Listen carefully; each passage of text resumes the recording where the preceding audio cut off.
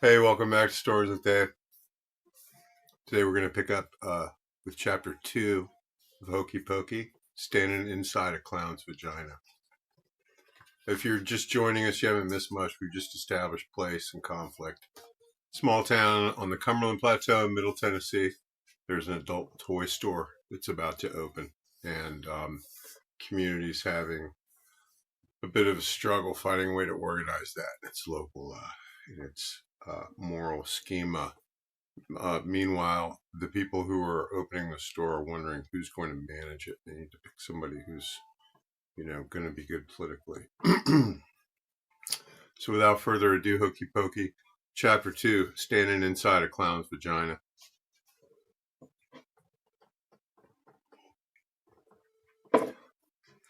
Before there was a Hokey Pokey, there was a Siesta Imports. Hokey Pokey grew out of Siesta Imports organically, by implication and divorce. Siesta Imports started in the 80s as a head shop run by a Vietnam vet out of the trunk of his old Chevy Impala at a flea market up in Crossville. That Vietnam's vet name was Spencer Eminet. Spencer, Spence to his friends, family, and employees, recycled the money he made till he could afford a storefront down in Big City Cokeville, where he could get him a piece of that daddy money. Daddy money was how local merchants referred to the annual torrent of revenue dragged into town each autumn and spring by the student population at Dixie College. Barbershop guesstimations had that number at $5 million, assuming $500 per student per academic year. More liberal estimates, taken from ledgers on both sides of the law and order racket, put that number at something in the neighborhood of 5 times that amount. First, Spencer secured a location. A building on Jefferson Avenue that had been constructed in the 80s to house a Firestone automotive retail outlet. It was in the shopping district of town, among the car lots and title loan kiosks and strip malls with drive-through bank tellers. Rule number 1, hide in plain sight. Spencer had learned that secret as a young man, along with a great many other important secrets and lessons from another young man named Victor Charlie, who he'd met once upon a time in a lush little cloud forest outside a place called Ch.2, far, far away from Putnam County, Tennessee. For more than a year after Spencer opened for business at the new location, befuddled church ladies still came jingling through the double doors in search of a new set of radials for the town car. By that point, asking the question was just a formality, something to fill the astonished silence. Yins don't sell tires no more? No, ma'am, we sure enough don't sell them no more. Can I interest you in some sweet pussy? How about a nice jumbo stick of honeysuckle manhood? Because it was a physical impossibility to stand at the front of Siesta Imports and suspend your disbelief long enough to ask that question, even if you had no idea what it was, and they didn't. You knew good and well right off it weren't no daggum Firestone outlet. In advance of opening the new store, Spencer had driven an empty moving van down to El Paso and loaded it with enough textiles and shiny objects to stress the shocks and bow the frame a little in the middle.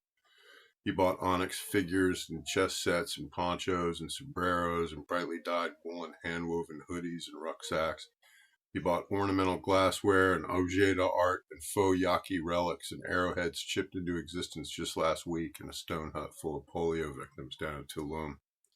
He bought as many handmade leather items as he could lay his hands on, and they say whenever Spencer left El Paso, you couldn't find a stitch of good biker leather for 100 miles in any direction. When Spencer returned to the scene of the impending crime, he called the team together in the parking lot of the new location on Jefferson Avenue, hauled that big rear door open with a roar, stood back to assess the floor-to-ceiling unpacking job that now lay before them, and said, "Okay, Tammy, here it is. I don't care how you do it, so long as we remember to keep the front in the front and the pack room where we decided on. Other than that, girl, you get just as creative as you want to. I don't care too much how it looks, just how it feels. Somebody walks through the door of Siesta Imports, by God, I want them to feel just like they standing inside a clown's vagina at the scariest fucking circus in the world." "Guys," Tammy said to the crew later as they gathered around the unopened boxes among the empty shelving in the old Firestone store, "come on and let's everybody get together over here for a minute so I can tell y'all what the general plan is." "Plan?" said Nipper. "Ain't we all gonna just unload these here boxes?" "Wrong," Tammy said, standing arms akimbo, majestic as Xena warrior princess reviewing her troops. We ain't just going to unpack these here boxes, young man. No, sir. Our work here is something way, way loftier than that. By God, we're fixing to build us a clown's vagina. After a brief mini-lecture on what she reckoned that meant, Tammy divided the main section of the store into rows and aisles, with a row of incest running straight down the middle, and in just before you got to the door of the black light room. Kind of like the man in the boat, she said of it proudly once she was finished. They sold hand-rolled incest made by a family of Mexicans up in Monterey. Little 12-inch sticks and 2-foot sticks and cones and powders with names that all sounded like they'd been gathered by a linguistics geek at a biker roundup or in an all-boys middle school locker room. Midnight Pipe Dream, Deadhead Heaven, Black Leather Musk, Indica Haze, Sweet Pussy, Pharaoh's Patchouli, Indian Fruit, Dragon 69, Nigerian Queen, Split-Tailed Daydream, Pigpen's Pleasure, Honeysuckle Manhood, Aztec Sex Goddess, Erotic Midnight Musk, Nubian Love Honey. Tammy arranged the puzzles and chess sets and t-shirts and crystal and onyx figurines and African masks and oil lamps and soaps and helmet stickers all along the side walls. She hung the tapestries and blankets, big fuzzy blankets that bore prints of album covers or posters or motifs, Sergeant Pepper's, Dancing Bears, Jimmy, Jim, Janice, Santana, in a row down the center of the store, above the incest and biker leather.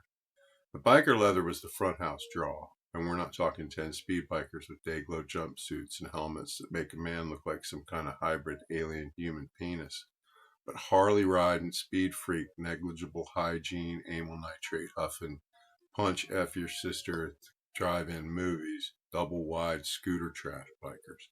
They sold chaps and pants and jackets, parentheses. Hey, mister, how come the leather feels different on these here 2 jackets, close parentheses. And saddlebags and gloves and do-rags. If it was made of leather and could help accessorize your split-tails hogback ensemble, you could find it at Siesta Imports. If you were shopping for some other sort of biker, it would be prudent to shop somewhere else. Not in another town, not in another store, but in another town altogether. Guests accessed the blacklight room through a curtain of beads across a doorway at the back of the store, behind the rotating racks where they hung the leather jackets chained one to the next. And if you didn't know to look for it, you thought it was an employees-only area. That was not the case by accident or by happy afterthought. That was the case because Tammy had her thinking cap on tight and because she knew her own people and how they thought. Behind that veil of beads, they had a dozen varieties of disco lights and noise-activated lasers strung up along the walls and up the ceiling.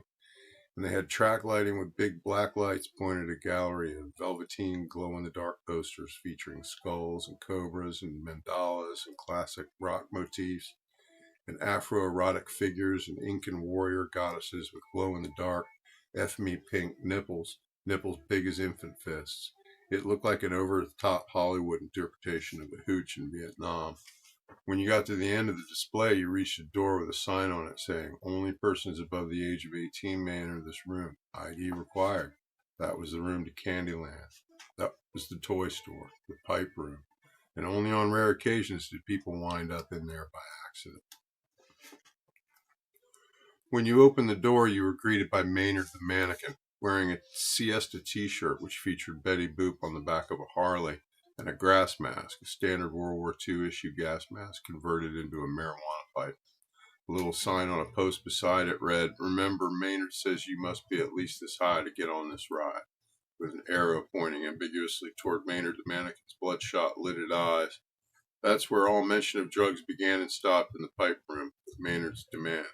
"I'll need to see your ID, please, before I can let you browse in here. I'm sorry, but it's the law." Mandatory ID check was all part of Spencer's master plan and the secret to longevity for any head shop doing business in the buckle of the Bible Belt. Each time you checked an ID, you had to remember to hit your mark, the same way thespians do on a stage or a sound set. As far as Tammy was concerned, this was only further proof of Spencer's already well-evidenced genius. When you stood in the right spot at the counter and checked the ID just so, with your hand tilted at just the right angle, and then turn it in the light so that you could read it better, you were, in fact, framing that ID for its own close-up, which came automatically from a camera dedicated exclusively to that task. An expensive keyhole closed-circuit job that peeped imperceptibly from the eye socket of Bart Simpson, who sat in the corner of a display shelf with the high-end blown glass German bongs behind the register counter come display case. Bart was not for sale. Neither were his secrets. There was an absurd redundancy of cameras in the pipe room. Cameras peeped down from the corners, from high shelving, from the other side of the two-way mirror Spencer had installed on both sides of the manager's office. One on the pipe room side and a whole bank looking down over the biker leather in the front of the store. The cameras were Spencer's ace in the hole. Once he had them installed, the shelves all stocked, and the POS system installed and dialed in, he opened the doors and waited for his insurance to arrive, and arrive they would. Adam's fortuitous fall from grace would ensure that. How come y'all can sell this here stuff? Ain't it illegal? It's not illegal. These pipes are sold for use with tobacco products only. If you do something else with them, that's none of our business. Ain't paraphernalia illegal? It's only illegal if you do something illegal with it. Then it's a $50 fine for having it. Furrowed brow. Per thing? Per thing, yes. So make sure you keep this here bag of things stapled up tight till you get wherever it is you're going. Alrighty then. So if I got caught with 3 dirty bongs, it'd be at least an extra $150 fine. We don't have any bongs for sale, unfortunately, but if you used one of our tobacco water pipes for anything illegal, it would be a $50 fine. Same for each pipe used illegally. So your math is correct, 150. Often they fail to see the connection that as long as the pipe room stayed in the back, and as long as the pipes were clean on the way out, the pipe room served as a steady revenue stream for the city government, whose agents parked across the street during slow patches in their afternoon and early evening shifts. Cokeville's finest called the practice trolling for stoners. They were good at it. Of course, being locked out of the carnival's no fun, and eventually the temptation proved too much for some of them, too. They came to the store incognito, wearing plain clothes. It took the staff just one short week to learn to identify them at a glance. They always came in head down, wearing jeans and flannel shirts or t-shirts, made a beeline for the poster room. Sometimes they wore hats, too. No matter. Bart Cam wasn't taking any glamour shots back in the pipe room. By the end of Siesta's first month in business, the city had realized close to $1,000 in revenue from the sudden spike in citations for possession of drug paraphernalia. That was enough to keep the doors open for that first month, and a second, and a third, which proved in turn just long enough for Spencer to collect photographic ID evidence on everyone in the county who had anything at all to lose. People from families who had been considered untouchable since biblical times were suddenly in Spencer's hip pocket. They didn't know it yet, but he had all their penises caught neatly in his little cigar cutter. They were just one gesture, one shrug away from collective emasculation. Spencer kept that information to himself as a form of life insurance. Sometimes he thrilled at the power it gave him. He sat alone some nights in his office and reviewed the backup, smiled to himself, and in a quiet falsetto, he'd imitate Miss Sally, gazing out at the romper room audience through her magic screen. And I could see Reverend Judge Goolsby's daughter, Emily, Billy Gibson, Sundale, and Officer Buford, and Sergeant Ratledge. And I could see Billy McCool, and Lolly Langford, and Judy Gammon. Thanks for joining me. Tune in next time for Chapter 3 of Hokey Pokey. Look busy. Jesus is coming. Thanks again. And remember, you can get a copy of your own to read along with if you'd like. The link is in the description. Thanks again.